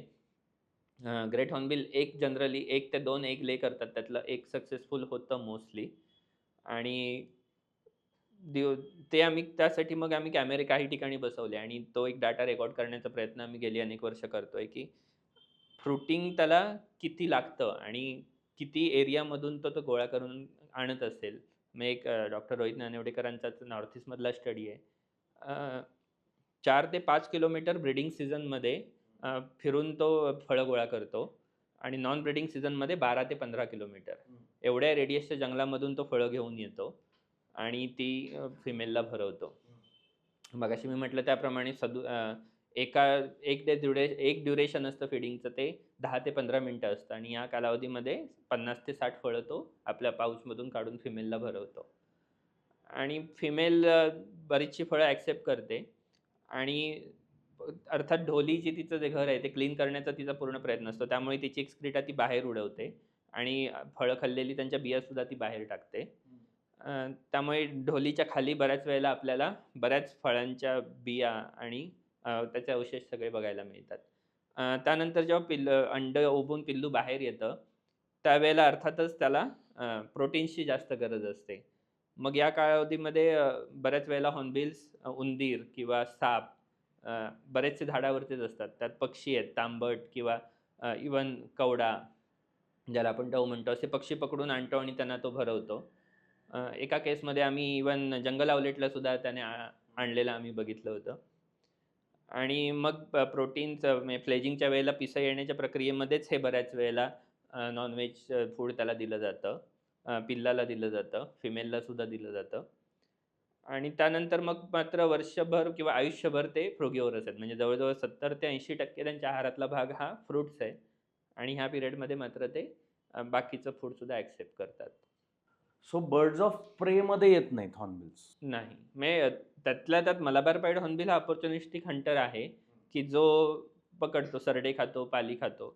पण ग्रेट हॉर्नबिल मात्र मुख्यतः फळं खातो. म्हणजे प्रोटीन फक्त यंग एजमध्ये जेव्हा यंग अगदीच एजमध्ये. लहान बाळ आहे त्याला फक्त प्रोटीन्स मिळावे म्हणून तेवढ्याच काळात त्याच कालावधीमध्ये सप्लिमेंट म्हणून वापरलं जातं आणि त्यानंतर मग पिल्लू बऱ्यापैकी मोठं झालं, की मग आधी फिमेल बाहेर येते आणि त्यानंतर थोड्या कालावधीनंतर पिल्लू बाहेर येतं. याच्यानंतर सुद्धा म्हणजे इथेच ही पुन्हा स्टोरी संपत नाही. म्हणजे हा सॅक्रिफाईस असला, की त्यानंतर मेल आणि फिमेल दोघंजण सुद्धा पिल्लाला एकत्र मिळून भरवतात. पिल्लू बऱ्यापैकी ग्रोथ झाली, त्याला पंख वगैरे व्यवस्थित आले, की मग ते एक दिवस ढोली सोडून बाहेर पडतं. ती पहिली फ्लाइट बघणं म्हणजे खूपच इंटरेस्टिंग असतं. म्हणजे लिटरली आम्ही 3-4 महिने अ, त्या क्षणाची आम्ही वाट बघत असतो. पहिली फ्लाइट ज्यावेळेला ते घेतं, त्यावेळेला मग थोडे दिवस ते त्याच भागामध्ये फिरत असतं आणि पुढचे 5 ते 6 महिने मेल फिमेल त्याला असिस्ट करत असतात. म्हणजे सगळं ट्रेनिंग देत असतात, की हे खायचं, ते न खायचं आणि त्यामुळे साधारण जून ते सप्टेंबर-ऑक्टोबरपर्यंत आपल्याला जुवेनाइल्स बघायला मिळतात. आता गेल्या 2017 पासून आम्ही ह्या संपूर्ण भागात, ज्याला आपण 300 स्क्वेअर किलोमीटरचा एरिया आपण जर आयडेंटिफाय केला, तिथे आम्ही 9 ते 10 हॉर्नबिलच्या पेअर्स मॉनिटर करतोय. आणि दुर्दैवाने फक्त एक सक्सेसफुल फ्लेजिंग आम्हाला इतक्या वर्षात मिळत होतं. म्हणजे लिटरली दरवर्षी जर समजा 10 पेअर्स एक पिल्लू जन्माला देत असतील, तर ते 10 आणि हे म्हणजे 20 झाले. आणि 5 वर्षांचा जरी आपण कालावधी पकडला तरी कमीत कमी 50 इंडिव्हिज्युअल आपल्याला दिसायला हवे होते किंवा नवीन नेस्टिंग साईट दिसायला हव्या होत्या. तेवढे मात्र तिथे दिसत नाहीयेत. बरं, मायग्रेशन करून बाहेर जावेत असतील म्हटलं तर बाहेर पण तेवढ्या, म्हणजे पूर्ण आता आम्ही रत्नागिरी आणि सिंधुदुर्ग जिल्ह्यामध्ये सगळीकडे सर्व्हे केले, तर तिथे सुद्धा एवढ्या मोठ्या प्रमाणात हॉर्नबिल दिसत नाहीयेत. पण का असं होत असेल? याची महत्त्वाची 2-3 कारणं आहेत. म्हणजे जर स्टेप बाय स्टेप आपण गेलो. एक म्हणजे त्यांना लागणारी जी ढोली आहे किंवा त्या ढोलीसाठी लागणारी जी मोठी झाडं आहेत, ज्याला आम्ही पुराण वृक्ष असं एक नाव दिलंय. त्यात बेडा आहे, नांदरूक आहे, सप्तपर्णी आहे. काही ठिकाणी अ, अ, अ, सावर, ज्याला काटेसावर आपण म्हणतो, ती वापरली जाते. अँटिअरिस जे चांदफळ आहे ती वापरली जातात. तर ही मोठी झाडं आता फक्त देवरायांमध्ये, काही देवरायांमध्ये शिल्लक आहेत. आणि त्यामध्ये सुद्धा ज्या कॅव्हिटी आहेत त्या सुटेबल नाही आहेत. म्हणजे आम्ही बऱ्याच वेळेला एक्झाम्पल म्हणून जी दाखवतो साइट्स, केरळमध्ये किंवा नॉर्थ ईस्टमध्ये कंप्लीटली सील्ड असलेल्या कॅव्हिटीज आपल्याला बघायला मिळतात, की जिथे फक्त फिमेलची चोच बाहेर येते. आणि आमच्याकडल्या सगळ्या कॅव्हिटीमध्ये अक्षरशः इतक्या त्या वाईड आहेत, की जिथे फिमेल प्रयत्न करते. लिटरली ती 7-8 दिवस एक-एक छोटे-छोटे ड्रॉप चिकटवायचा प्रयत्न करते, पण त्या सील होत नाहीत. काही ढोल्या अशा आहेत, की जिथे अ, त्यांना च्या तिन्ही बाजून ओपन आहेत किंवा एक मोडलेली फांदी असेल किंवा अ, काही अशा बच्छीसारख्या आहेत, की जिथे हे जे सीलिंग वगैरे केलं जातं ते करण्यासाठी स्कोपच नाही आहे. आता जर त्यांना ऑप्शनच नसतील, पण त्यांना ब्रीडिंग करायचं आहे म्हणून ते ह्यातल्या काही ढोल्या वापरतायत. पण ह्यामुळे प्रेडेशनचे चान्सेस खूप हाय आहेत. आम्ही खूप वेळा बघितलंय, म्हणजे माकडंसुद्धा त्या ढोलीवरती जाऊन बसतात आणि मग जर ती ओपन असेल तर मग त्यातली अंडी काढ किंवा त्यांना डिस्टर्ब कर असे सगळे प्रयत्न करतात. पाम सिवेट, ज्याला आपण कांडेचोर म्हणतो, एशियन पाम सिवेट, तर त्यांनी सुद्धा अंडे यांचं प्रिडेशन केलेलं आम्हाला ऑब्झर्व्ह झालंय. एका वर्षी 2020 असेल, तर ज्या वर्षी आम्ही एक जी ढोली व्यवस्थित मॉनिटर करत होतो, त्यामध्ये पिल्लू एके दिवशी अचानक गायब झालं. ते फ्लेज होऊन उडालं नाही हे आम्ही कन्फर्म केलं संपूर्ण एरियामध्ये फिरून. आणि मग त्यानंतर आम्ही त्या झाडाच्या आजूबाजूला बघितलं तर तिथे आम्हाला लेपर्डची स्कॅट पण मिळाली आणि क्लॉ मार्क्स पण मिळाले. मग त्या वर्षीपासून आम्ही ठरवलं, की ही डोलीवरती कंटिन्युअस मॉनिटरिंग करणं गरजेचं आहे. आता मी जर दिवसभर तिथे जाऊन बसावं लागलो, तर त्यांना सुद्धा ते डिस्टर्ब होणार, कारण ह्युमन इंटरफरन्स येतो. म्हणून मग आम्ही CCTVची आयडिया तिथे वापरायला सुरुवात केली, की जे सोलर पॉवर असतील आणि नेटवर्क असेल आणि त्याच्यातून ह्युमनलेस मॉनिटरिंग पॉसिबल आहे. तर मग त्याच्यामधून आम्हाला पूर्णपणे 24 तासाचं आता काही ठिकाणचं फुटेज मिळतं. आणि मुख्य म्हणजे हॉर्नबिलविषयी रात्रीचं काहीच डाटा सध्या तरी अवेलेबल कुठेच नाहीये. कारण रात्री जो नेस्ट वॉचर असेल तो तिथे बसणं पण शक्य नाही आणि जरी तो बसला तरीसुद्धा मग त्याला आयदर नाईट व्हिजन घालून बसावं लागेल किंवा लाईट सोर्स असेल, तर लाईट सोर्समुळे हॉर्नबिल डिस्टर्ब होणार. सो ह्या कॅमेरामधून आम्हाला त्याचा नाईटमधल्या ॲक्टिव्हिटींचा सुद्धा, त्या मिळतंय? पिल्लाचा संपूर्ण डाटा मिळतोय. त्याचं सुद्धा आम्ही आता एनालिसिस करून तो आता लवकर आम्ही पब्लिश करू. वॉव! खूप इंटरेस्टिंग डाटा सुद्धा मिळतोय. हां. याचं दुसरं एक ॲप्लिकेशन आम्हाला एक सुंदर करता आलं ह्या ढोलींचं, ते म्हणजे ज्या कारणामुळे त्याला फार्मर ऑफ द फॉरेस्ट म्हटलं जातं, जंगलाचे शेतकरी. तर तो फिनॉमिना आम्ही वापरला. फिमेल ज्यावेळी कॅव्हिटीमध्ये एंटर करते आणि एक्सक्रीटा बाहेर उडवते, तर त्या ठिकाणी आम्ही नेस्टच्या खाली नेटिंग करतो, ज्याला साध्या साड्या वगैरेच वापरतो. सुरुवातीला आम्ही एकदम फॅन्सी सगळे वापरत होतो, परंतु बऱ्याच सामानाची चोरी व्हायची. तर त्यामुळे मग आम्ही साधे आता साड्या वगैरे, जुन्या साड्या वगैरे वापरायला सुरुवात केल्या. आणि तिथे त्याची एक्सक्रीटा बाहेर उडवते, तर त्यामध्ये खूप सीड्स मिळतात, की खूप इम्पोर्टंट सीड्स आहेत त्याच्यात. म्हणजे ब्लॅक डायमर, ज्याला काळा धूप असं म्हटलं जातं, तर त्याच्या सीड्स मिळाल्या आहेत. फिग्सच्या खूप व्हरायटी मिळाल्या आहेत. अशा आम्ही 40 पेक्षा जास्त प्रजाती आता रेकॉर्ड केल्या आहेत आणि ते सीड्स मग तिथून इथिकली कलेक्ट करून, इथिकली म्हणण्याचं कारण म्हणजे सगळ्या सीड्स आपण कलेक्ट नाही करू शकत. कारण त्याच्यावरती सुद्धा काही इन्सेक्ट, मुंग्या हे प्रे करत असतात, उंदीर असतात. त्यामुळे 50% ते 60% त्यातल्या सीड्स आपण कलेक्ट करतो आणि त्या घेऊन नर्सरीमध्ये आणतो. अर्थात फार्मर ऑफ द फॉरेस्ट म्हणत असल्यामुळे त्याच्या गट ट्रीटमेंटमधून ज्यावेळी ह्या सगळ्या सीड्स पास होतात, तर त्यावेळेला त्यांचं जर्मिनेशन रेट आहे ते खूप हाय होतं. त्याचासुद्धा आम्ही काही एक्सपेरिमेंट केले, त्यातून सुद्धा जर्मिनेशन रेट पण काढला. आणि महत्त्वाचं म्हणजे बाकीच्या पक्ष्यांच्या बाबतीत ते होत नाही. कारण म्हणजे चिमणी असेल किंवा इमराल्ड डव असेल किंवा इव्हन जे बाकीचे फ्रुगिवोरस बर्ड्स आहेत, पिजन्स आहेत त्याच्यामध्ये भरपूर. तर त्यांची कॅरिंग कॅपॅसिटीसुद्धा कमी आहे, कारण त्यांची स्टमक छोटी आहेत. हम्म. आणि ते फार लाँग रेंजमध्ये जात पण नाही, ट्रॅव्हल करत नाहीत. मात्र हॉर्नबिल जर नॉन ब्रीडिंग सीझनमध्ये 12-15 किलोमीटर ट्रॅव्हलिंग करत असेल, तर एवढ्या लांबपर्यंत तो बिया पोहोचवत असतो. म्हणजे झाडाचं जे सगळ्यात महत्त्वाचं काम आहे ब्रीज प्रसाराचं, झाडाने किती प्रयत्न केले तरी तर ते एवढ्या रेडियसमध्ये ते पोहोचवू शकत नाही. मात्र हॉर्नबिल्स एवढ्या लांब ते पोहोचवतात आणि त्यामुळे मग जी जेनेटिक डायव्हर्सिटी आहे संपूर्ण जंगलाची, ती सुद्धा मेंटेन होते. त्यामुळे सीड डिस्पर्सर नव्हे तर तो फार इम्पॉर्टंट आहे. म्हणजे आम्ही त्यांना जंगलाचे निर्मातेच म्हणतो सह्याद्रीच्या. नुसते ते फार्मर्स नाही आहेत, तर ते निर्माते आहेत. कारण बऱ्याचशा स्पेसीजचा स्प्रेड हॉर्नबिल्सनी केला आहे. हम्म. एक्झाम्पल म्हणजे अँटियारिस जे चांदफळ मी मगाशी म्हटलं, किंवा काजरा, त्यानंतर कडूकवट. ह्या झाडांच्या ज्या फळं आणि बिया आहेत त्या विषारी आहेत. त्यामुळे बरेचसे मॅमल्स आणि बर्ड्स ते अव्हॉइड करतात आणि खाल्लं तर अर्थात त्यांना विषबाधा होऊ शकते. मात्र हॉर्नबिल्स हे वर्षानुवर्ष खात असल्यामुळे त्यांनी त्यांची ती पचनशक्ती डेव्हलप केली आहे हे टॉक्सिन्स पचवण्यासाठी. हम्म. आणि ह्या झाडांचा प्रसार फक्त आता हॉर्नबिल्सच्या थ्रू होतोय. ओके. त्यामुळे ही झाडं जर आपल्या परिसरात जर दिसत नसतील, तर अर्थात आपल्याकडे हॉर्नबिल्स नाही आहेत, हे आपण 100% सांगू शकतो. आणि झाडांनी सुद्धा मग बीज प्रसारासाठी आता हॉर्नबिल्सनाच मुख्य आपला सोर्स म्हणून पकडले, असं म्हणायला हरकत नाही. हम्म. पण हे फक्त ग्रेट हॉर्नबिल्स कडनं होतंय का मलबार पाईड हॉर्नबिल्स कडनं पण होतंय? हां, तिन्ही हॉर्नबिल्स वापरतात, पण म्हणजे त्यातले मुख्यतः मलाबार ग्रे, मलाबार पाईड आणि ग्रेट हॉर्नबिल ही फळं खात असतात. आता मला हॉर्नबिल्स बद्दल एक 4-5 प्रश्न डोक्यात आहेत आयुष्यात पडलेले, की ग्रेट हॉर्नबिल्सला बेसिकली दुसरा कुठला प्रेडेटर मोठ्या अडल्टहुडमध्ये गेल्यानंतर कोणी दुसरा प्रेडेटर नाही आहे ना तसा? नॅचरल शक्यतो नाही प्रेडेटर? आहे. म्हणजे फार रेअर इन्सिडन्समध्ये चान्सेस फक्त ज्यावेळी ती कॅव्हिटीत एंट्री करते त्यावेळेला असतात, कारण त्यावेळेला ती हेल्पलेस असते. की कारण त्याच्यात काही साप असेल किंवा मॉनिटर लिझर्ड हां, असेल इव्हन म्हणजे किंवा सिव्हेट लेपर्ड असेल. किंवा कोणी बाहेरून जर एक्सटर्नली अटॅक केला, तर अच्छा. बऱ्याच वेळेला फिमेल ज्यावेळी कॅव्हिटीमध्ये एंटर करते, त्यावेळेला ती आपले फ्लाइटचे फिदर आणि टेलचे फिदर काढून टाकते. म्हणजे त्या ढोलीमध्ये तिला बसता यावं प्रॉपरली म्हणून. ओके. आणि हे फ्लाइट फिदर आणि ते गळून सुद्धा पडतात, कारण ती कॅव्हिटी थोडीशी अशी साईजने छोटी असते. त्यामुळे मग ह्या वेळेला मात्र ती हेल्पलेस असते.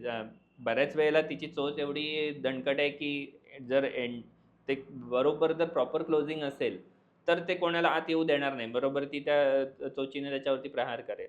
पण आपल्याकडल्या डिग्रेडेड ज्या कॅव्हिटीज आहेत, तर त्यातून मात्र हा प्रॉब्लेम होऊ शकतो आणि त्या केसमध्ये मग तिचं जर प्रिडेशन झालं, तर मात्र मग पूर्ण प्रोसेसच थांबू शकते. हम्म. हम्म. आणि ॲडिशनली त्यासाठी अजून एक दुसरा भाग म्हणजे त्या भागामध्ये असलेली तिचे जे फ्रूट प्लांट्स आहेत, तर त्याची संख्या आणि डायव्हर्सिटी किती आहे, हम्म. त्यावरती सुद्धा हा फ्लेजिंगचा जो रेट आहे तो डिपेंड आहे. म्हणजे जर फूडच अवेलेबल नसेल, तर त्या कालावधीमध्ये मग हॉर्नबिल्स कदाचित जसे 2-3 वर्ष गेल्या रेकॉर्ड होतंय, की मिड टर्म ते ह्या सोडून देत आहेत कॅव्हिटीज, ॲबडन करतायत आणि बाहेर पडतायत. म्हणजे आम्ही मागच्या वर्षी मॉनिटर करत असताना 10 पैकी फक्त एका ह्याच्यामध्ये तिने शेवटपर्यंत ह्या पेअरने नेस्टिंग सक्सेसफुल केलं आणि तिथून पिल्लू बाहेर आलं आणि बाकी 9च्या 9 ह्या मिड टर्म सोडल्या. आता लास्ट इयर हे अल निनोचं इयर होतं. आपल्याकडे हीट वेव्हज होत्या, आपल्याकडे वॉटर स्ट्रेस होते, दुष्काळ होता बऱ्याच ठिकाणी. त्यामुळे फ्रुटिंग पॅटर्न्स हे खूपच इम्पॅक्ट झाले होते किंवा फ्रूट फिनॉलॉजी इम्पॅक्ट झाली होती. पण यावर्षी पण सेम फिनॉमिना आहेत. म्हणजे यावर्षी आम्ही आता ज्या 60 पेक्षा जास्त कॅव्हिटीज ऑब्झर्व्ह करतोय, तर तिथून जी जनरली फिमेलची एंट्री डेट आहे ती 15 डिसेंबर ते 1 जानेवारी असते. त्या आजपर्यंत अजून आत गेलेल्या नाहीयेत. हम्म. आणि बऱ्याचशा फिमेल आत जातायत, बसतायत, पुन्हा बाहेर येतायत. असा सुद्धा ऑकरन्सेस कंटिन्युअसली चालू आहेत. हम्म. आणि हाच डाटा दांडेली असेल किंवा साऊथमध्ये वलापराई असेल, तिथले जे नेस्ट वॉचर्स आहेत, तर ते सुद्धा कन्फर्म करतायत. हम्म.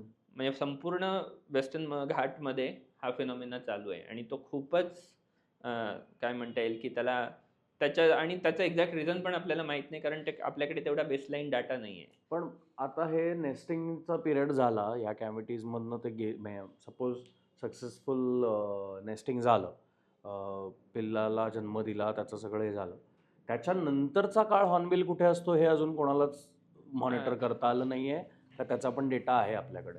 मॉनिटर म्हणजे काय होतं, की यानंतर पुन्हा जे चीक असेल, ते जसं मी मगाशी म्हटलं, की ते 5-6 महिने पॅरेंट्स बरोबर असतं. त्यानंतर हे हॉर्नबिल्स पुन्हा फ्लॉक्स तयार करतात. शक्यतो हॉर्नबिल हे सॉलिटरी राहत नाहीत.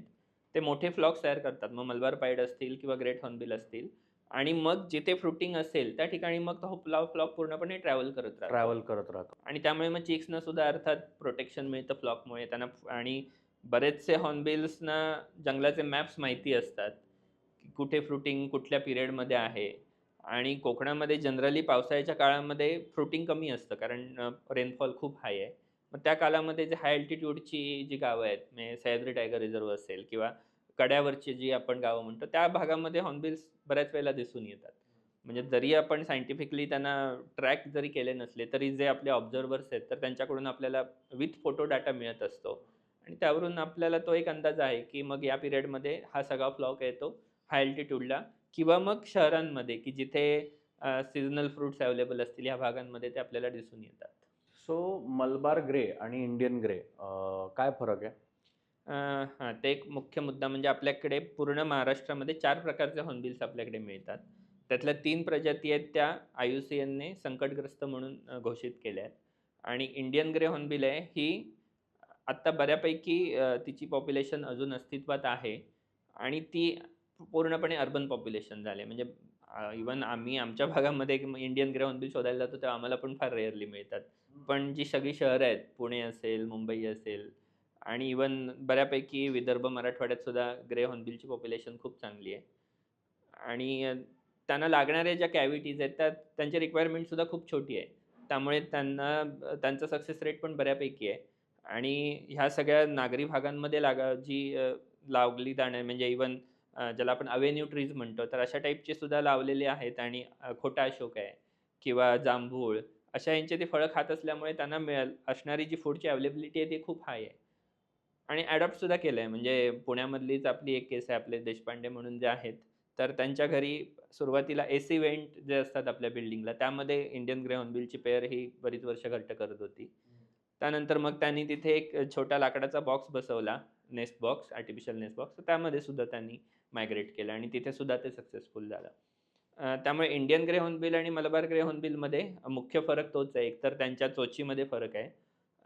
आणि इंडियन ग्रे हॉर्नबिलच्या चोचीवरती एक कास्क असते, की जी मलबार ग्रे हॉर्नबिलमध्ये नसते. आणि मलबार ग्रे हॉर्नबिल हा फक्त वेस्टर्न घाट्समध्ये आढळून येतो, ज्याला आपण एंडेमिक म्हणतो. तो प्रदेशनिष्ठ आहे आणि रायगडपासून केरळपर्यंत याचा ऑकरन्स आहे. आणि अर्थातच इंडियन ग्रे हॉर्नबिल मात्र पूर्ण भारतात आढळून येतं.